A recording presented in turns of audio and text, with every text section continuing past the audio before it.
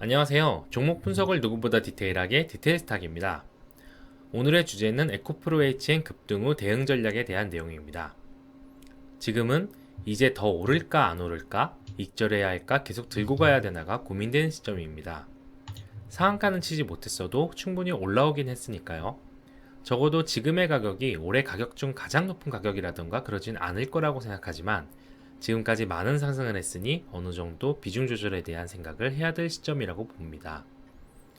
사실 저도 꽤 오랫동안 이 종목을 투자하고 분석해 오면서 지금이 가장 헷갈리는 시점이기도 합니다. 계속 오를 것 같으면서도 오버행 이슈는 반드시 한번 거칠 테니까요. 올바르게 대응하기 위해선 적어도 본인의 투자 기준을 정립해 둘 필요가 있다고 봅니다. 저는 현재 상황에 대해서 어떻게 생각하는지 정리했으니 투자에 참고하시길 바랍니다. 일단 영상에 앞서 원래 이번에 올릴 영상은 반도체 기본 분석 영상이었는데요. 영상을 위한 자료 정리까지 다 끝내놨는데 하필 오늘 에코프로 HN이 급등해서 급하게 만들었습니다. 반도체 영상은 반도체 투자하고 싶은데 그 산업에 대해서 잘 모르시는 분들을 위해 만든 영상이니 업로드하면 많은 시청 부탁드립니다. 일단 커뮤니티 글에도 올려드렸지만 저는 8월 5일 하락 시 진입을 위해 대기 중이었었는데 장 초반에 개파락은 했으나 금방 상승세로 돌아서는 바람에 매도 가격보다 높은 가격에 매수하는 실패를 했죠. 사실 좋은 종목은 묵직하게 들고 가는 게 결국 수익률이 가장 높을 가능성이 높습니다. 투자 아이디어만 뚜렷하다면 그게 왕도라고 볼 수 있는 거죠. 다만 저는 이전 영상에서도 말씀드렸다시피 에코프로 H에는 신주 상장이라는 예정된 하락 이벤트가 있기 때문에 가능한 보수적으로 접근하고 있습니다. 오늘 다행히도 급등을 했지만 수급이 제대로 붙지 않았다면 8월 4일 경에는 약간 위험한 양상이었던 건 분명하니까요. 예측이 틀려도 기존에 예상했던 수익보다 더 높은 수익을 위해 필요한 것은 언제나 현금입니다. 예전 영상에서 에코프로 H에 투자한 금액에 준하는 현금 비중을 보유하고 있다고 말씀드린 거 기억하시나요? 현금을 확보하고 있고 매수 매도만 적절하게 한다면 주식이 올라가든 내려가든 생각보다 돈을 잃지 않을 수도 있고 오히려 벌 수 있는 기회를 만들 수 있습니다. 이번엔 그 현금을 이용을 했습니다. 일단 에코프로 HN에 배치한 투자 금액 중 80%는 무중에 참여하고 있고 20%는 첫날 상한가 전에 매수했다고 말씀드렸습니다. 그리고 8월 4일 5일선을 두 번 깼을 때 원칙에 따라 신규 매수 분량의 절반을 매도했죠. 8월 5일에는 기관이 들어오면 확실한 수급 개선이 보여서 팔았던 양의 2배를 매수해 투자 금액을 총 10% 늘렸습니다. 그리고 오늘은 남은 현금 90%를 오전에 첫 번째 VR을 깨고 올라갈 때 들어가 29%대에서 수익 실현하고 나왔죠. 차라리 그 금액을 모두 투자하고 있었으면 더 높은 수익을 거두지 않았겠냐고도 할 수 있지만 사실 그건 결과론적인 이야기라고 생각합니다. 지금 올랐으니까 할 수 있는 얘기죠. 사실 이 정도의 현금을 보유하고 있다면 하락에서도 생각보다 수익률을 많이 방어할 수 있으니 어느 정도 리스크 해소를 위함이라고 볼 수 있습니다. 이 부분을 상세히 말씀드리는 건 주식 투자를 할 때 언제나 현금 비중을 총 금액의 10에서 20%가량 이상은 가져가는 게 좋다는 걸 알리고 싶어서입니다. 초보 투자자분들은 꼭 참고하시길 바랍니다. 일단 예전에 이 종목에 있는 세력이 투경 해제 후 급등을 원할까 아니면 완만한 추세적 상승을 원할까라는 이야기를 했었는데요. 전 급등한 지금도 두 번째 가능성이 높다고 생각합니다. 따라서 내일도 단기 급등이 강하게 나오기보단 천천히 상승하거나 조정을 받을 가능성이 높다고 생각하는데요. 강하게 신규 수급만 들어오지 않는다면요. 오늘 호가창을 보면서 그런 생각이 더 강해졌습니다. 호가창을 보시면 약 32,000에서 35,000주가량, 즉 무려 35억 원가량을 장전, 장초반, 장중간, 후반까지 지속적으로 걸어둔 것을 알 수 있는데요. 매수창에 걸려있는 것처럼 일반적으로 걸려있는 매물이 수천 주가량에 불과한 것에 반해 이 많은 물량은 높은 확률로 세력이 걸어둔 거겠죠. 장전엔 주가를 눌러서 시작하길 원했던 것 같고요. 그 덕에 예쁘게 아랫꼬리가 달린 차트가 만들어졌죠.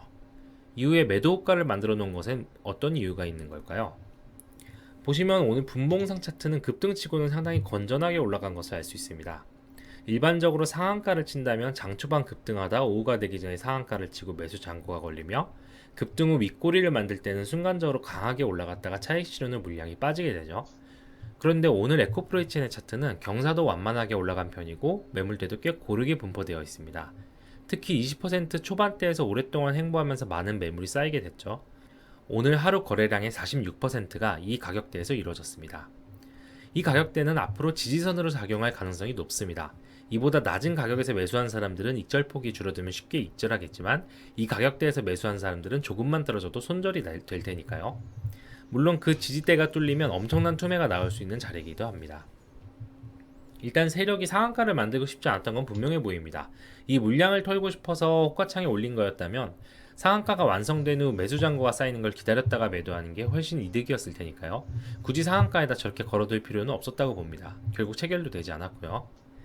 저는 저 물량을 뚫고 가기에는 오늘의 체결 강도가 많이 부족하다고 생각해 다시 하락할 것이라고 보고 단타로 들어온 금액을 한 칸 아래 호가창에 절반 걸어놓고 29% 초반에 왔을 때 나머지 절반을 시장가로 팔았습니다. 결국 상한가가 실패하면서 종가에서 개파락을 하였으며 시간의 단일가에서 2% 하락했습니다. 이로써 내일은 개파락으로 시작할 가능성이 높습니다. 이는 점상등으로 과열될 가능성이 적어지는 것을 의미하며 아마 기존에 생각했던 대로 5일선과 볼린저 밴드 사이를 지속적으로 지지 저항을 받기 위함이 아닐까 예측합니다.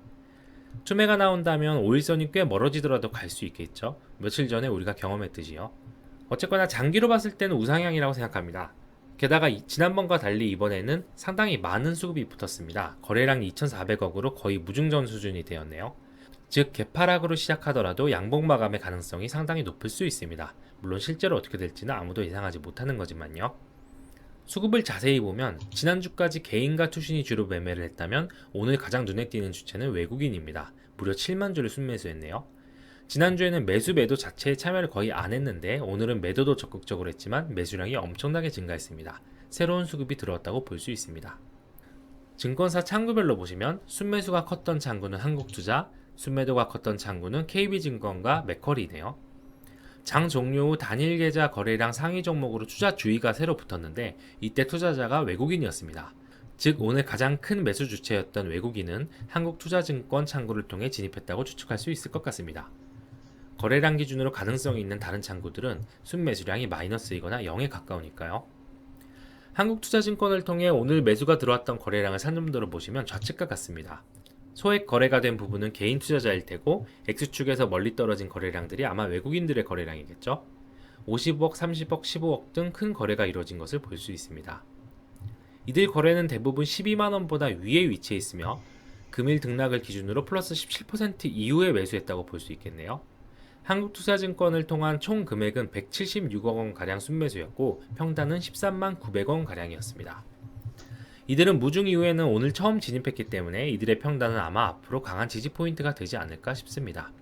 아까 말씀드렸던 그 지지 포인트와 거의 비슷한 가격대네요. 수급과 별개로 오늘 중요하게 봐야 되는 건 에코프로가 급등했다는 점입니다. 결국 상한가까지 쳤는데요.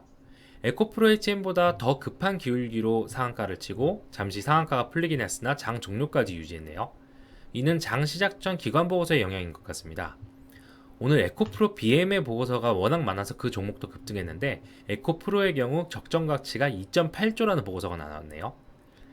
오늘 장 시작할 때 시총이 1.3조 가량이었으니 2배 이상 오를 거란 레포트였습니다. 앞으로 상한가를 2번 더 쳐야 그 금액이 나오겠네요.